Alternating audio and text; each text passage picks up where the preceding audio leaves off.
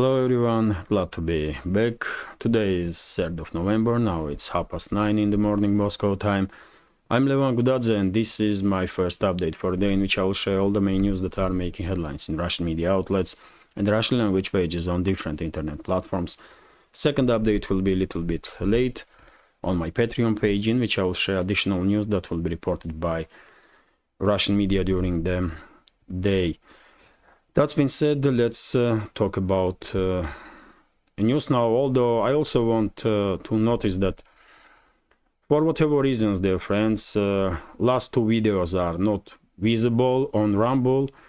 I did upload these videos. If you have questions why you cannot watch videos on Rumble, probably this platform has some issues, or maybe some technical issues, or maybe they also don't like independent channels. I don't know what is wrong, but as you can see here, by the way, yesterday's video is uploaded by me, and the video from Moscow that I did day before yesterday, but it's for whatever reason it's still in processing. It's still in processing, so well, something is definitely wrong with Rumble. It's not my fault, dear friends. That's all I want to say. And well, now let's talk about news, and first of all, short summary of the situation on Ukrainian battlefield. During the last night, Russian side did conducted drone and missile strikes, by the way, on military and logistical infrastructure of Kiev regime. And on this video here, which I did share on Telegram, you can see massive explosions in Kharkov last night, and because of these secondary explosions, I guess some munition depot was hit. During the day, Russian defense minister probably will share with public additional information about last night's strikes, and of course I will share this information on Telegram and in the second update. Also, during these night strikes, Russian drones and missiles targeted logistical and military infrastructure of Kiev regime in Lvov, Vinnytsia and Odessa regions, and some other regions also, by the way. As I said, not that much information at this point about night strikes, but probably defense ministry will inform public about it. Well, when it comes to situation on line of contact, we do have some slight changes. For example, in Kherson region, Russian forces conducted local-scale counteroffensive in direction of Krinky, this settlement in between Karsunka and Kazachий Lager. And according to reports that I see on Russian military channels, Russian forces established control over the central part of this settlement, and Ukrainian forces that were for several days now holding to this settlement were pushed right next to bank of the river. This is bank of Dnieper river, by the way, and Ukrainian side at this point has several these small footholds on the left bank. Krinky is one of them, and seems like Russian side is determined to push Ukrainian forces back to right bank. Let's see how successful this local scale offensive will be. And also, dear friends, we had reports that Russian forces also conducted strikes on Ukrainian bridgehead or foothold next to destroyed Antonovsky Bridge. No detailed information, but overall my understanding is that situation is under full Russian control. Nothing is happening in this sector in the scale that will influence this line of front. When it comes to Zaporozhye and South Donetsk sectors of the front line, there also are slight changes. For example, yesterday afternoon, some Russian military channels did report that Russian forces managed to establish control over the Pitikhatki settlement here. If you remember, during the first few days or even weeks of this so-called Ukrainian counteroffensive, this area, by the way, settlements of Pitikhatki, Zhiribyanki were one of the hotspots on the front line, but then Ukrainian side did realize that they have no chances to achieve anything in this direction, and they began conducting or concentrating their offensive operations in direction of Rabotina settlement, and after several months they did manage to establish control over the Rabotina, although that is all what they did manage to achieve when it comes to Orekhov direction, Orekhov bridgehead. At this point, at least several brigades of Ukrainian armed forces are located in this bridgehead, and despite many attempts to establish control over the Novoprokopovka settlement here, or Verbova, or even Kopani, they were unsuccessful, and basically entire this Orekhov bridgehead did become a massive graveyard of Ukraine's military personnel and military equipment. At this point, only question remains when Russian side will finally begin encircling Ukrainian grouping of forces in Orekhov bridgehead. That's the only question, really. When it comes to South Donetsk direction, we had reports that Russian forces were conducting local-scale offensives in Vremevsky salient area and also in direction of Ugledar, by the way. Although these offensives were local-scale, just to little bit improve current positions, nothing in the scale that we see, for example, in Avdiivka direction during the last several days. And when it comes to Donetsk sector, or southern flank, let's say, of Donetsk sector, from Marinka to Avdiivka, we have reports that Russian forces were still conducting these local-scale offensives in Marinka settlement to, yet again, this is local scale, so to improve little bit at least current positions. Also, Russian forces were bombing Krasnogorovka area, and when it comes to Avdiivka itself, according to latest reports, Russian forces did manage to establish control over the small area in the tree line here, right next to a railway on the northern western part of Avdiivka. And if this information will be confirmed by photo or video materials, then probably we would not be mistaken if we will assume that in upcoming days Russian forces will begin offensives in direction of Stepove, this settlement here, and possibly even in direction of Avdiivka chemical plant in Avdiivka. But yet again, at this stage we are talking about reckoning force operations that may take place, because my understanding is that Russian side, because Avdiivka is in operational encirclement, Russian side probably will wait about months, if not more, when Ukrainian garrison in Avdiivka will begin experiencing lack of reinforcement, lack of munition, and any supplies whatsoever, and and also weather, by the way, will begin play its role also. And after that Russian forces probably will begin final push inside the city also. But at this point, next several days, maybe several weeks, probably we will see reckoning force operations in direction of Avdiivka chemical plant, and it's quite possible that Russian forces will try to establish control over the Stepove settlement. But it will not happen in a day, of course. And we also had reports that Russian forces did manage to improve their positions from southern flank of Avdiivka, although at this point, nothing in the scale that can be called a breakthrough. And when it comes to northern flank of Donetsk direction, Bakhmut and surrounding areas, we have reported that Russian forces conducted some local scale offensives in direction of Andreevka, in direction of Klishevka, but both these settlements, by the way, still in the gray zone. Nothing of a large scale is happening in this area. And northern sectors from Seversk, let's say, to Kupiansk is operational pause also. Although Russian side is actively preparing ground for upcoming winter offensive, I believe. And this video, by the way, that I did share this morning on my Telegram, definitely can be taken as an indicator of preparation of ground for offensive, because as you can see, Russian Air Force destroyed yet another crossing in Kupiansk direction. And in last several weeks,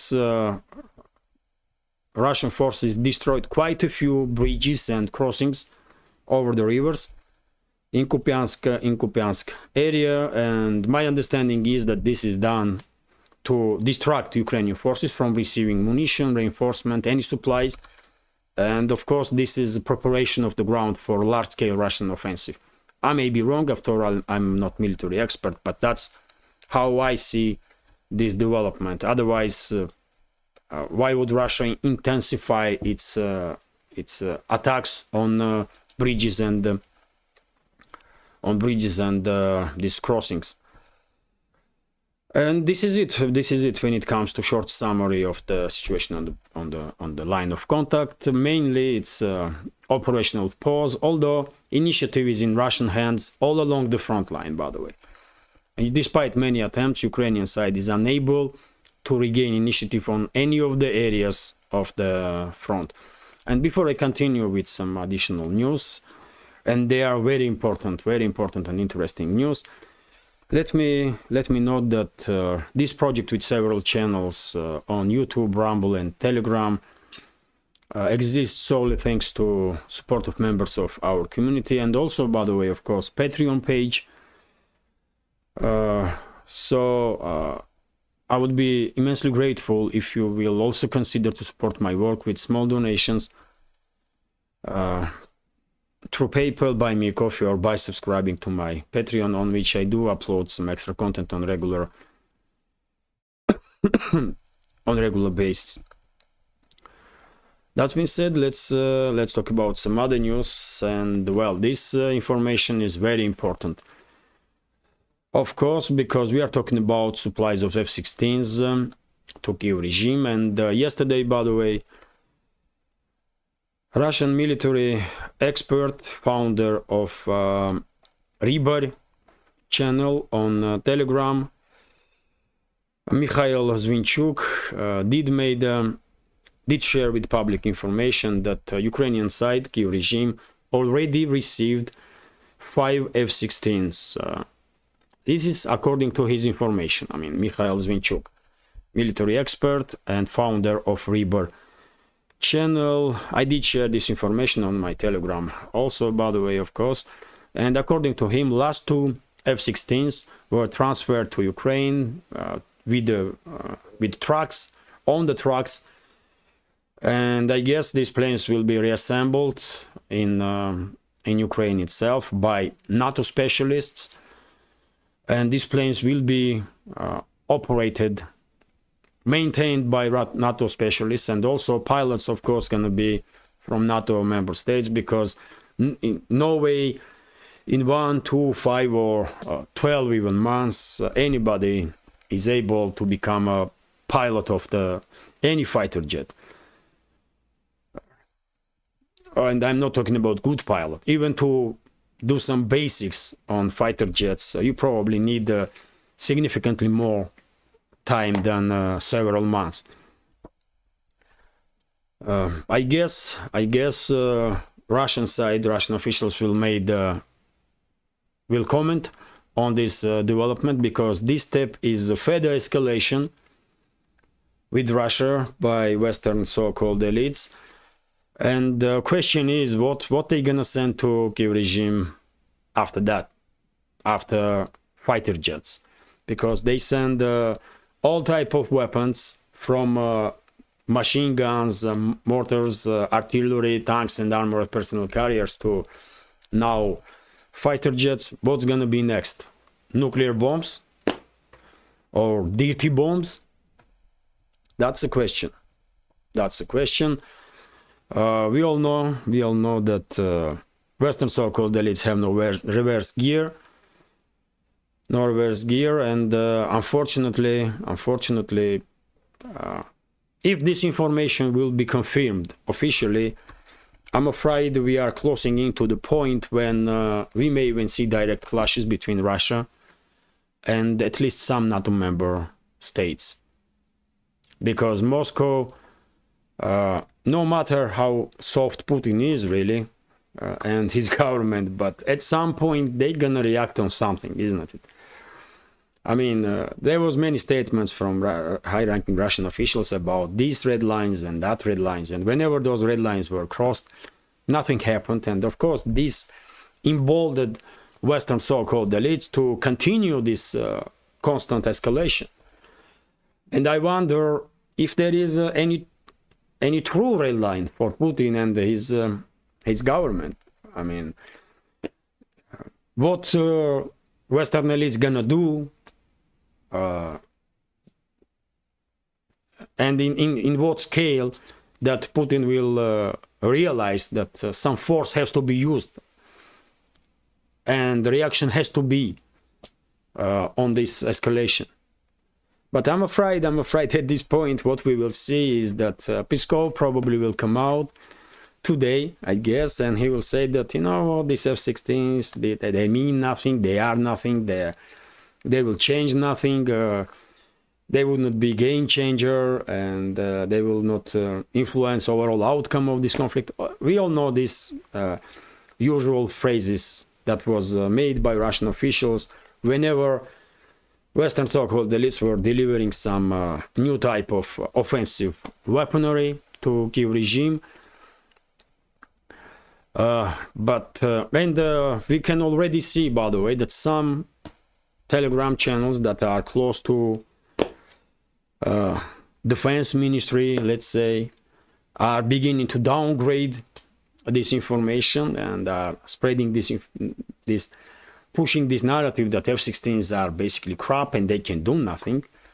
And I disagree with them. F-16 is very capable fighter bomber, very capable fighter bomber. And even Rybar, by the way, even Rybar or Mikhail Zvinchuk, who broke this information, is admitting that F-16s probably will be used to hunt down Russian A-50 planes, which is Russian equivalent of US AWACS plane. And also, according to Mikhail Zvinchuk, F-16s may try to hunt Russian long-range interceptors MiG-31s that are modernized to be able to carry Kinzhal hypersonic missiles.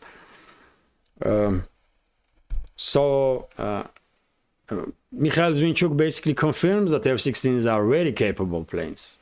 Very capable. One of the best fourth-generation fighter jets, by the way. And they have long-range air-to-air missiles that can target aerial planes or missiles on 120 kilometer distance. And they also can conduct ground operations, target ground targets. So very significant escalation. Yet again, if this information will be confirmed, and I guess I have to admit that I was wrong, by the way, about Western-made fighter jets, because I never believed that Western elites will cross this red line also. And my understanding was that we will see Western-made fighter jets being introduced to this battlefield only when Poland, Hungary, Romania, and possibly Slovakia will try to establish control over the western regions of Ukraine. But it seems like I was wrong. I was definitely wrong. It don't seems like I was definitely wrong. Western so-called elites did cross this red line also, and Russian forces now have to deal with F-16s, and of course I have no doubts, by the way, that eventually Russian side will deal with this issue, and Russian side will neutralize F-16s or any other Western fighter jets that will or may be delivered to Kiev regime. But this constant escalation itself definitely is a worrisome development, because as I said in the beginning, what is gonna be next? What NATO member states did not deliver to Kiev regime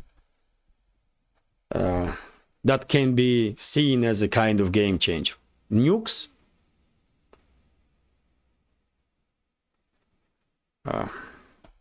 Of course, I'm exaggerating. I don't think Western so-called elites will deliver nukes, but I was wrong about F-16, so who knows? Who knows, man? Well, let's see how Moscow will react at this point. By the way, I did not see on major media outlets any comments from Russian officials on this development.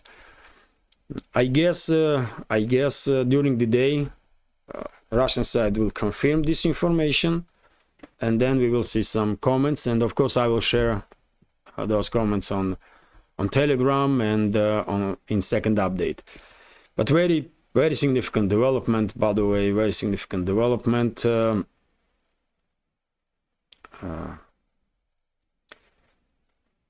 Very unfortunate that Western so-called elites are willing to risk so much, you know. They are really dangerous, by the way. These so-called Western elites are really dangerous for entire world, because in pursuit of maintaining dominance over the world, they really are capable to destroy this world 100%.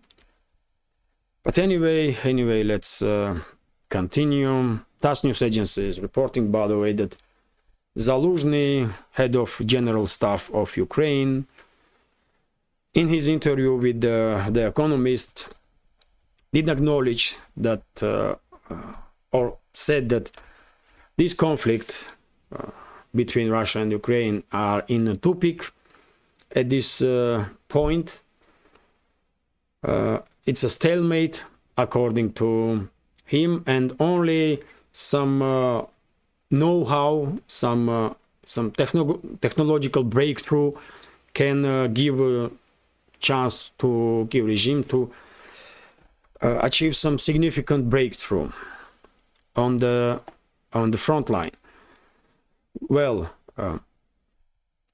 at one hand, it's interesting that even Zaluzhny, head of General Staff, is forced to recognize that their so-called counteroffensive did failed, and they are unable to achieve anything really on the front line. But in other hand, we have a comment of press spokesman of Russian President Dmitry Peskov about very same topic, and he said that there is no stalemate on the front line and there is no tupik or dead end. Russian side methodically continues to achieve all its main goals.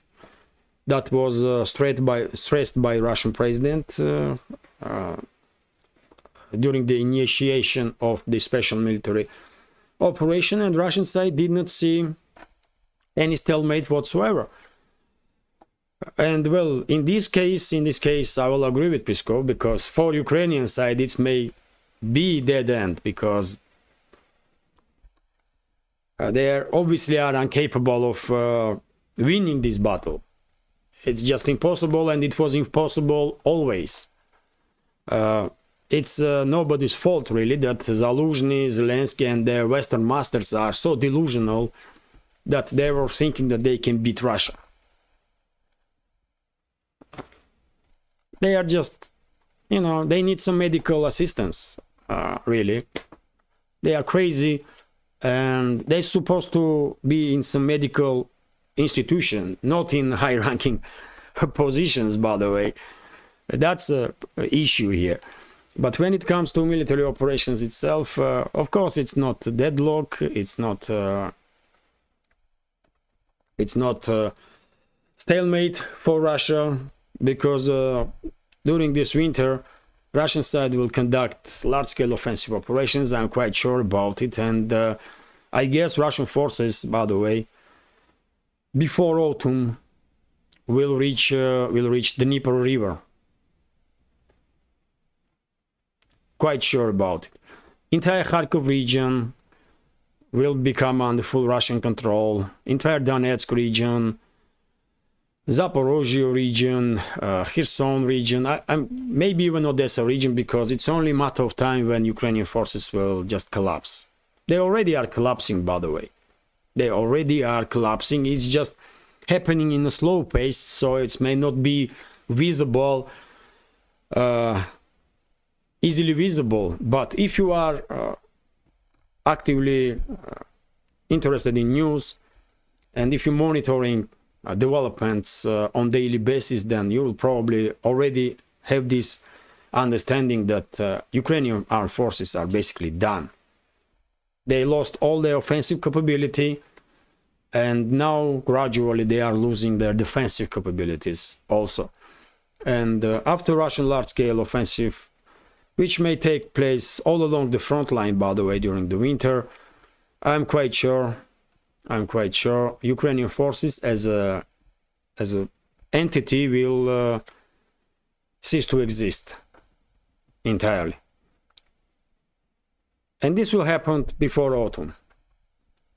And I guess in the autumn or maybe in the summer, some negotiations probably will begin between Russia and some major Western capitals, how Ukraine will be divided between its neighbors. That's it. But I'm still remaining on my initial position that after this conflict, Ukraine as a state will no longer exist on political map. But anyway, let's continue. RIA Novosti is reporting that Russian side did conducted a strike on Ukrainian airfield in Poltava region, and as a result of this strike, at least one Su-27 fighter jet of Ukrainian Air Forces were destroyed.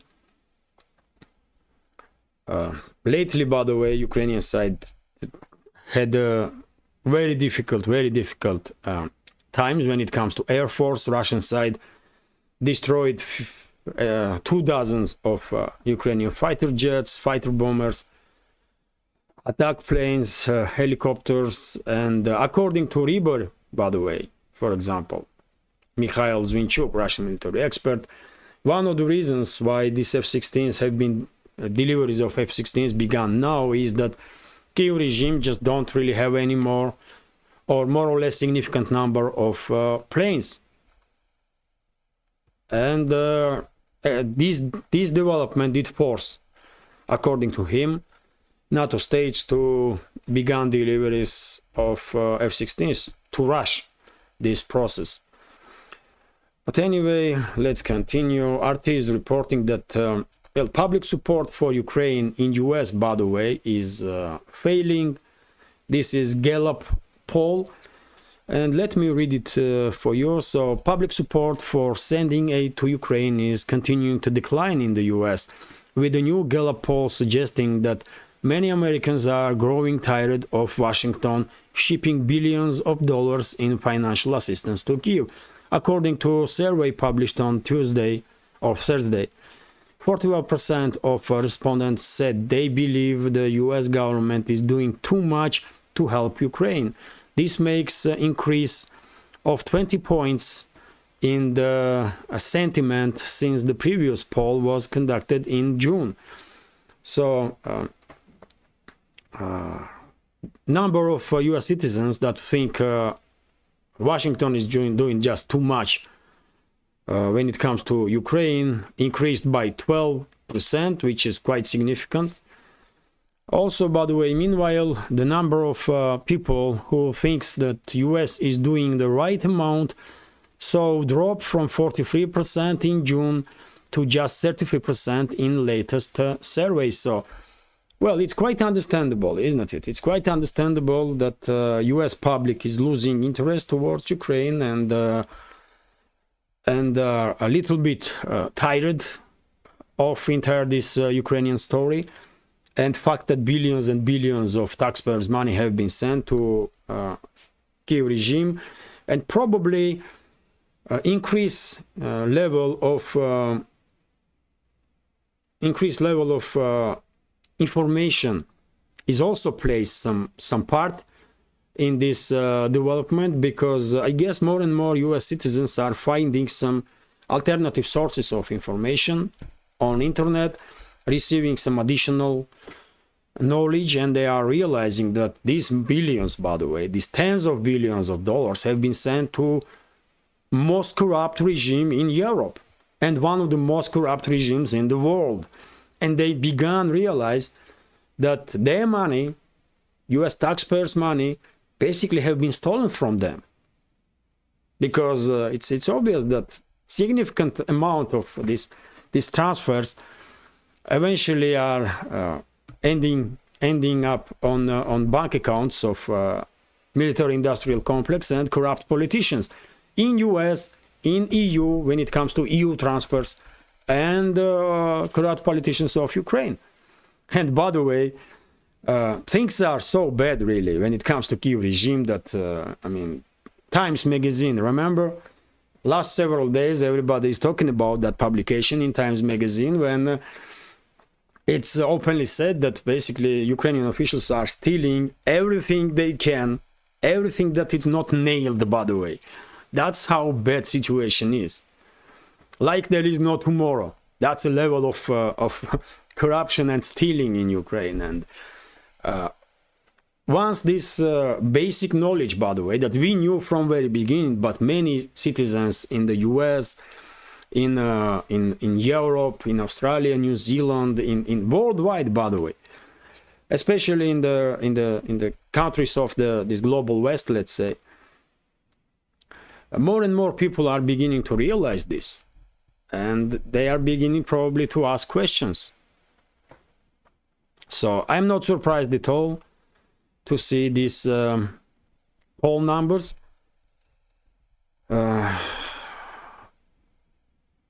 But yet again, question is, do Biden's administration cares about opinion of U.S. citizens? Of course they don't. But eventually they will begin to looking for ways of out from Ukrainian crisis, and I believe way out will be full-scale disintegration of Ukraine, and as I said, major capitals will at some point begin negotiations how Ukraine will be divided. My understanding is that vast majority will be under Russian control, and western regions of Ukraine will end up under control of Poland, Romania, Hungary, and maybe Slovakia. NATO basically. But let's see how it goes.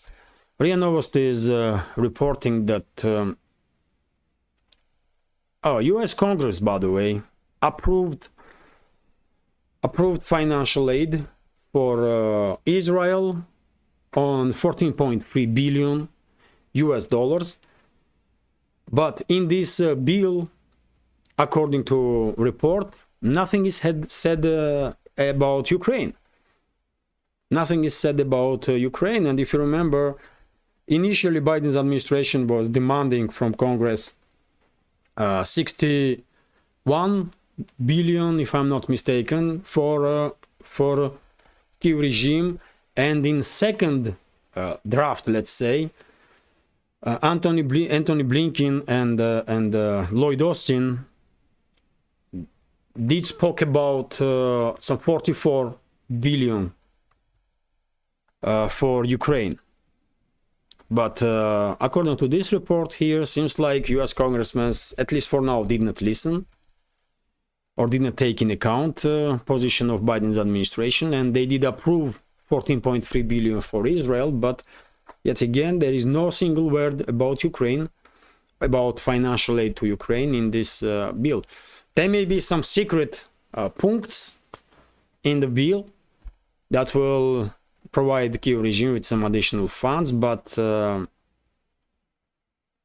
at least openly nothing is said about it, which is an interesting development, by the way. Interesting development. I guess between Democrats and Republicans,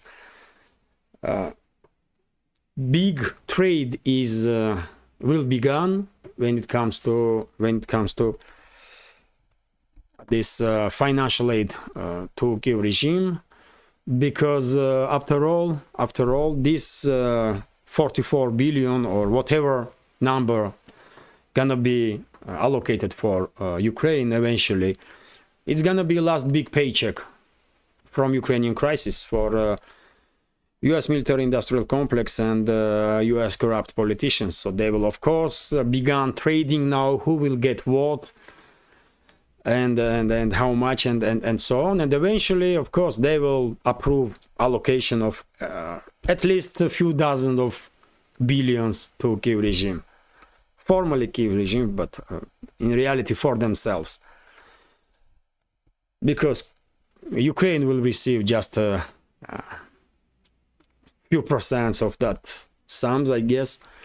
Anyway, let's continue. RIA Novosti is reporting that Israel, by the way, did make statement that Gaza city is in encirclement at this point. And yesterday on my Telegram, I did share, by the way, this map. This is it, by the way, and if you take a look, that's approximate situation on the front line now, and seems like Tzahal, IDF, Israeli Armed Forces or Israeli Defense Forces did manage to cut Gaza in half and also push from the northeast, and well, Gaza is encircled in that sense, of course, but there is no reports, at least for this moment, by the way, that fights began inside the Gaza city. But day by day, Israeli forces are pushing more and more into Gaza. Palestinian armed groups are trying to fight back, and they are conducting quite operations, quite successful operations, but of course, when it comes to firepower, they are nowhere near IDF. Also, RIA Novosti reports, by the way, that Israeli military forces did not exclude that operations, large-scale military operations, will begin in the southern part of Gaza Strip. Also, I guess they will try at this point, at this stage, to establish control over the northern parts of Gaza Strip, at least operational control, and then we may see escalation in the southern part of Gaza. Also, TASS news agency is reporting that Israel is cutting all ties with the Gaza Strip, which means that residents of Gaza, under no circumstances, will be allowed to enter Israel, not for work, not for nothing. Yet again, step towards further escalation. TASS is also reporting that Israel is actively buying weapons all around the world and are preparing to conduct a fight on several fronts simultaneously, and Tel Aviv already spent 1.5 billion on weapons purchases, and I guess this number will significantly increase in coming days and weeks. TASS news agency also reporting that, well, according to publication in Politico, US media outlet, EU basically is playing with the public. EU officials are playing with public by making some statements about Israel, when in reality they have no real plan about Palestinian-Israeli conflict, and they are no in position to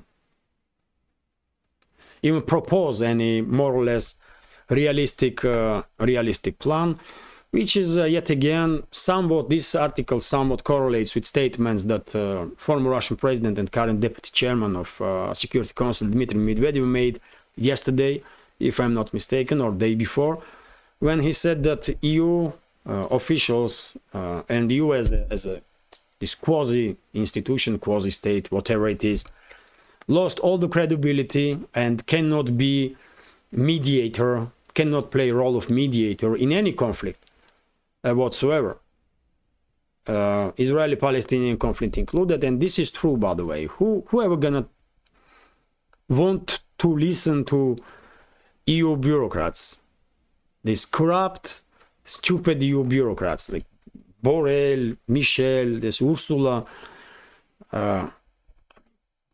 Why anybody will want to listen to them and take them seriously, man? They are not in position, definitely, to play positive role or role of neutral mediator. And both article of Politico and former Russian president are correct in their assumption. RT is reporting that Israel-Hamas conflict may cost global economy 2 trillion. Ernst and Young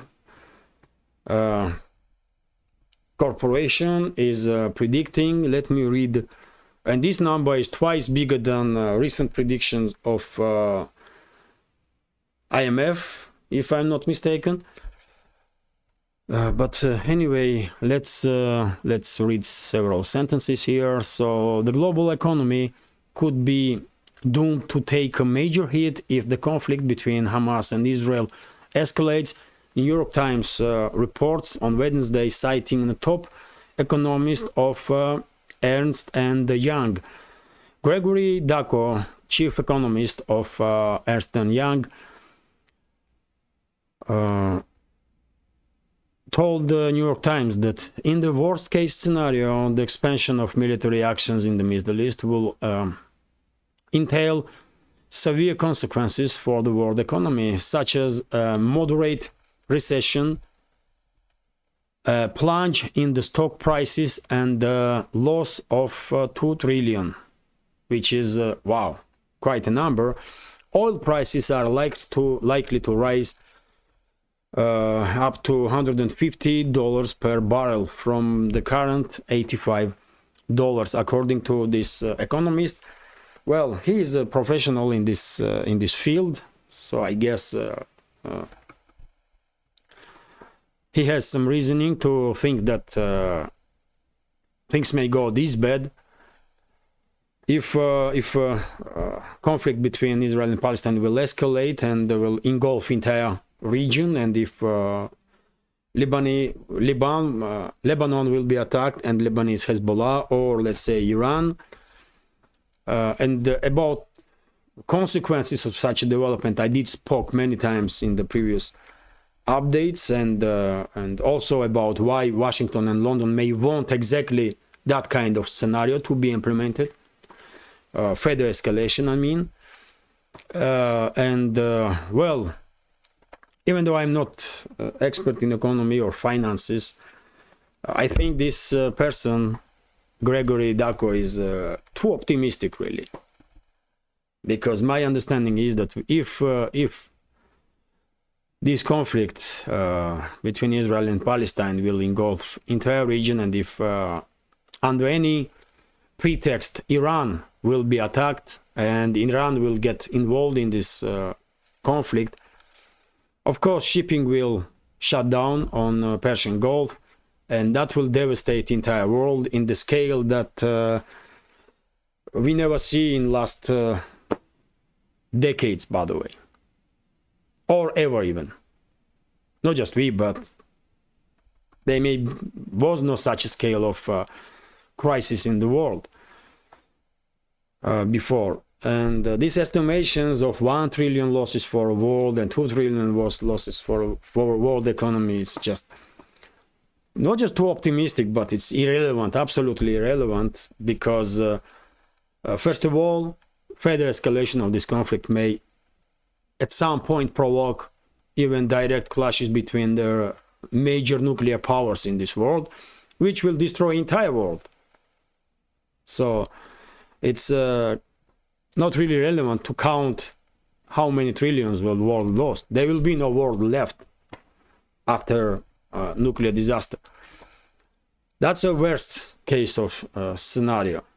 But if somehow it will be possible to avoid direct clashes between the major powers, and as I said, by the way, before, in my understanding, Washington and London are, or let's say, ruling class of the Western world, wants, in my understanding, to further escalate this conflict and provoke confrontation with Iran and shut down this shipping through the Persian Gulf and Hormuz Strait, let's say, to cut off China from Middle Eastern energy sources.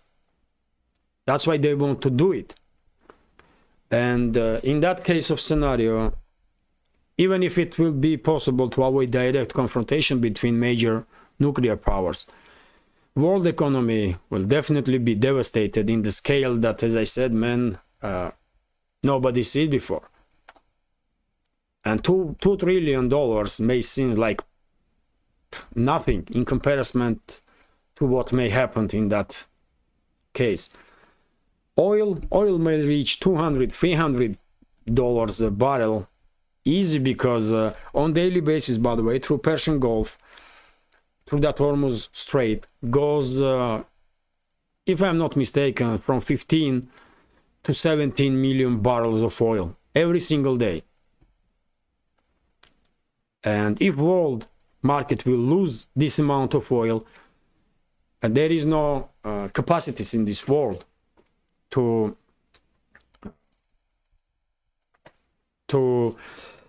compensate for such a loss. None of the oil exporter countries are capable to compensate for such a loss. So it will be true devastation for the world, by the way. What trillion and 2 trillions, man? It will destroy entire countries if that kind of scenario will be implemented in the Middle East. But anyway, let's continue.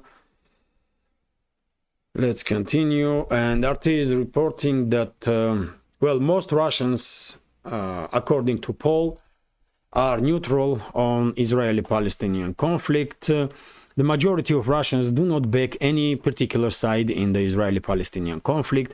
An opinion poll published on Thursday shows, according to the survey of 1,500 people conducted between October 13 and October 15 by the Moscow-based pollster FOM, 73% of respondents said that their personal sympathy lies with neither side, while 10% said they support Palestine and 9% said they favor Israel.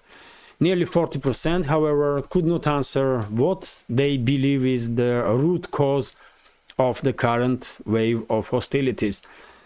Well, which this number quite demonstrates that, I mean, people just living their lives and they're not really spending too much time to learn this topic, although all the media outlets are full of information, by the way.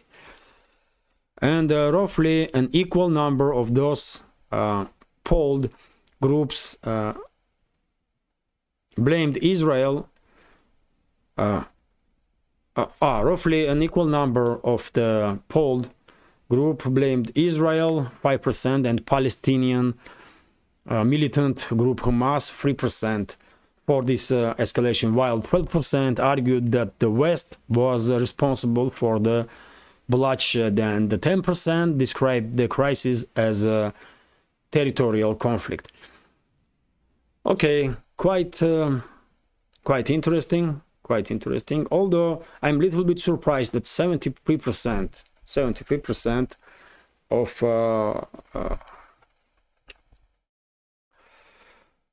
people have no favor or are not supporting any party, which, you know, which demonstrates, I guess, a peaceful attitude of public here. They don't want any destruction to anybody. I will read it that way. But and I guess, by the way, this topic of Israeli-Palestinian conflict is much more causes much more divide in the other countries in comparison to Russia. Let's continue. RIA Novosti is reporting that well, according to some sources that RIA Novosti obtained, or some information, U.S. military base was attacked in Iraq, on the northern part of Iraq, and this is at this point, this attacks on US bases in Iraq or Syria, it's daily news, so no one is surprised at this point, I guess. And I remind you that Lloyd Austin just a few days ago did threaten all groups that are conducting these operations against US military bases that US will retaliate, and they will probably. US militaries will probably retaliate. RIA Novosti is, by the way, also reporting several additional news about some other topics, and this update is already 15 minutes. Wow. Okay, I will share with you this information. I will end this video now then. RIA Novosti is reporting that Lavrov, foreign minister of Russian Federation, did stated that the decision of International Olympic Committee when it comes to Israeli sportsmen is once again demonstrates these double standards, because I remind you, dear friends, that International Olympic Committee did make statement that sportsmen are not responsible for actions of government. When they were asked about Israeli sportsmen, will they be allowed on Olympic Games? And of course, many people began asking questions. Then, if that's the case, and if this is the approach of Olympic Committee, International Olympic Committee, then why they are banning Russian sportsmen to participate in Olympic Games and under flag of Russia?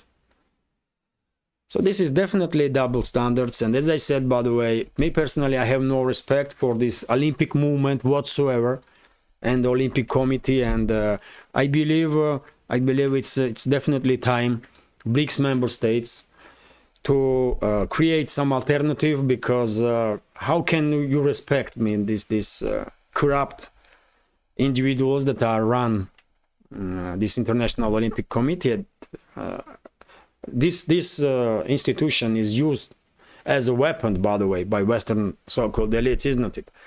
And right now we have a proof of that. Very same Olympic Committee is banning Russian sportsmen to participate in Olympic Games under the flag of Russia. And same time they are saying that, you know what, Israeli sportsmen have to participate because they are not responsible for actions of the government. Really? And Russian sportsmen are responsible.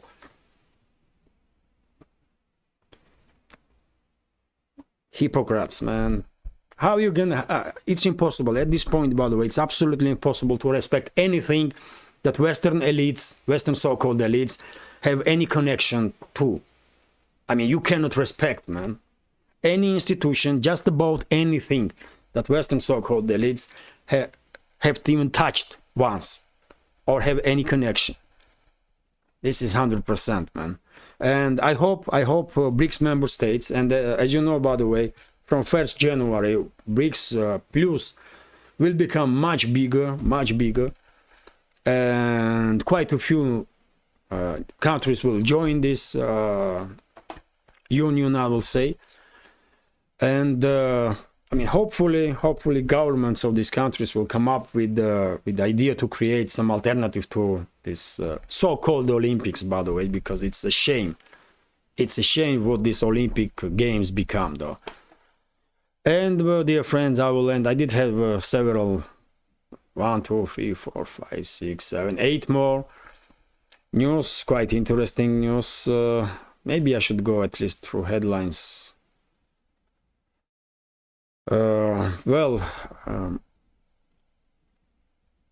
Updates are just too long, you know. Okay, I will go through headlines, and it is what it is, man.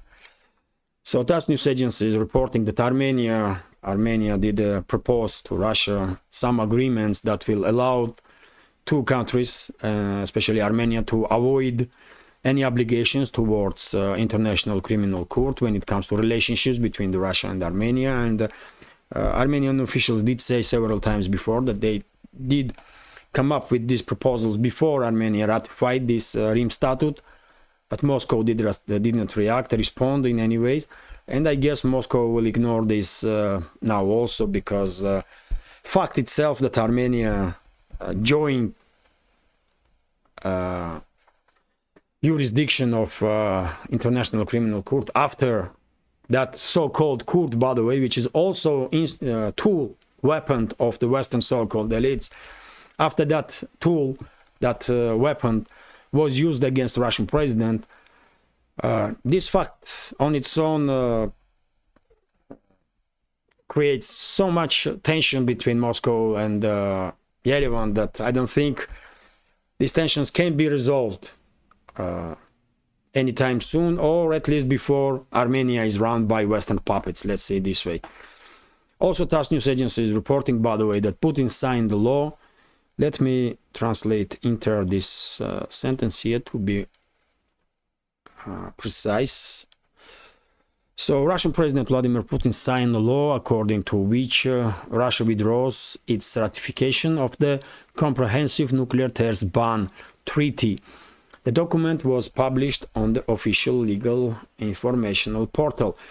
So, from now on, by the way, after that document was published, Russia has no obligation about nuclear test ban, and Russian side can conduct nuclear test anytime it wants. It definitely don't mean that Russia will conduct nuclear tests in upcoming days or weeks, but this step is definitely indicates further deterioration of world security, let's say this way. Russian side was not happy that US militaries were conducting some experiments in their nuclear sites, test sites, and I guess this is a response from Russia. And as we know, Novaya Zemlya, by the way, Soviet-era nuclear test site, some building work is taking place, and maybe sometime in the future Russian side will also conduct some testings, maybe not nuclear, maybe some other testings, but even if nuclear, then Russia is not obliged to, Russia is not part of any treaty now to, don't do so. Anyway, let's continue. RT is reporting that US announced major new sanctions on Russia. Okay, sanctions again. The US Treasury Department has introduced new sanctions against dozens of individuals and legal entities in Russia, according to an official statement released on Thursday. The Treasury's Office of Foreign Assets Control added AFK Systema, Arctic LNG 2 project, and several Russian banks, including Russian Standard, Home Credit, Postbank, Absolute Bank, and Russian Regional Development Bank, to its so-called specially designated nationals list. US so-called elites do what they usually do, create problems for everybody, including Russia, by the way, and for US itself also, because at one day there will be retaliation. And anyway, but at this point, by the way, most important thing is that Russian side don't even care, man. Russian side don't even care what with what idea this US so-called elitesmen, this immensely stupid and uneducated criminals will come up. I mean, no one cares, really. I mean, they can sanction every Russian citizen, and what? Who cares, man? Who are they? I mean, who is head of national treasury or whoever that bitch, man? Fuck it. Sorry for my French, but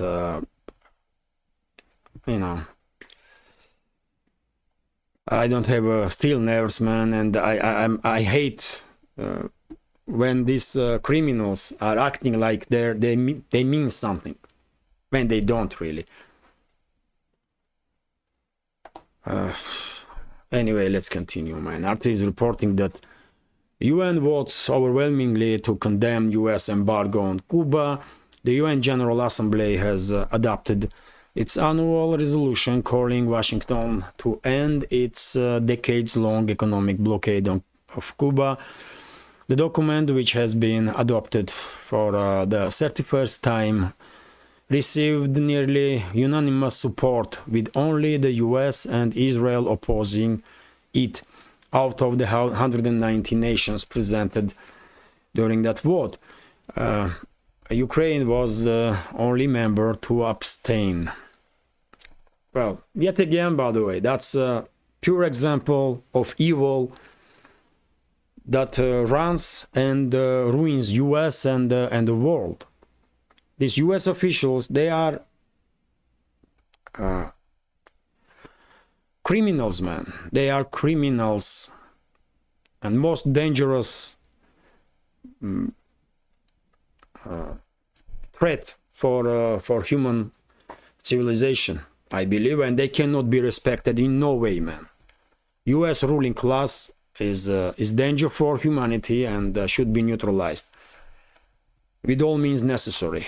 Unfortunately, I'm not president of Russia. Otherwise, I will take care of them fairly soon, in 24 hours, man. That's what I will do. But Putin has different approach to issues. Anyway, let's continue, man. RT is reporting that United Arab Emirates considers to invest 50 billion investment in the India. Well, that's quite investments and a very good development, by the way. More countries move away from US and the Western world in general better because yet again, by the way, under current leadership, under current rule, US and the Western world in general are main danger for human civilization, for humanity. That's it.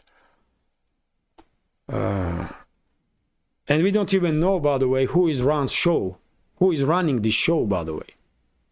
We don't even know their names, isn't it? Because, I mean, who gonna believe that Biden, this war criminal and mass murderer that has no idea where he is and with who he's talking to?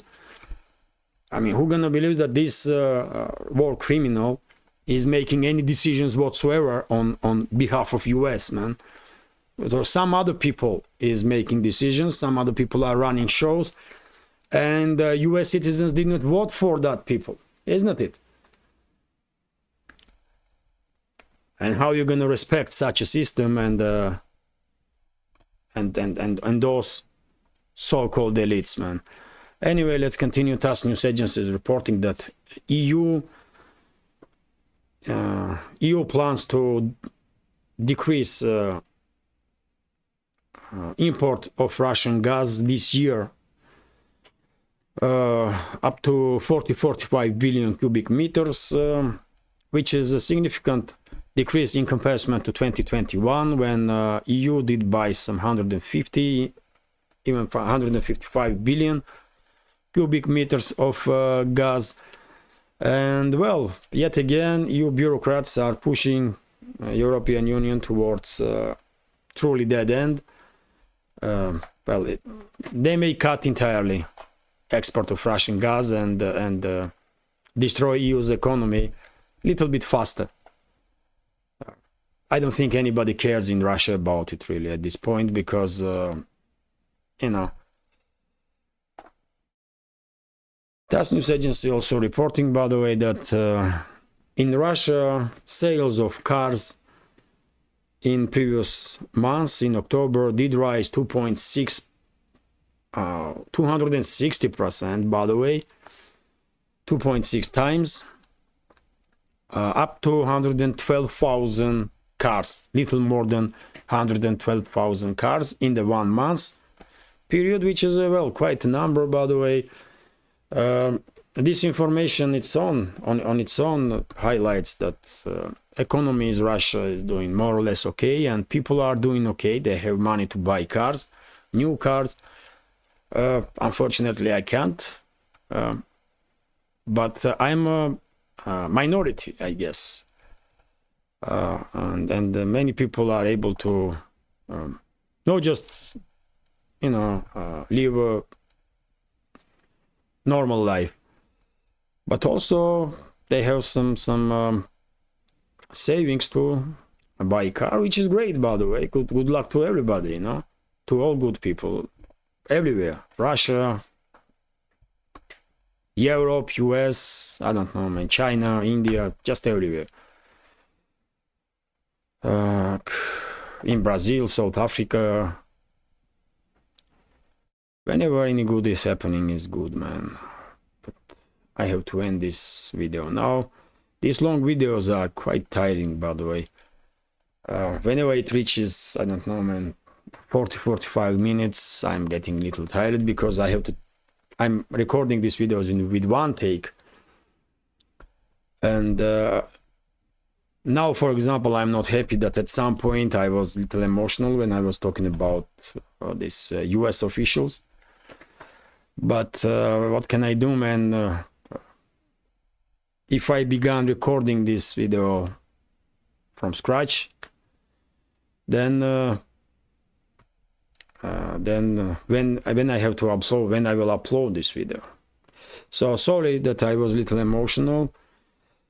As I said, man, after 45-50 minutes of constant talk, I'm getting a little tired. But anyway, hopefully you will find news that was provided in this update interesting, and if so, please click that like button and leave some commentary about any topic you like. This is the only way we can fight back algorithm, in my understanding. More likes and comments, and as always, I will try to be active in the comment section and to react on as many comments as I possibly can, at least to say thank you. I'm always trying to be in the comment sections. And for very same reason, by the way, to fight back algorithm, please, if you can, share links to my videos or my channel with your friends. I'm hardly finding words now, man. I'm a little tired.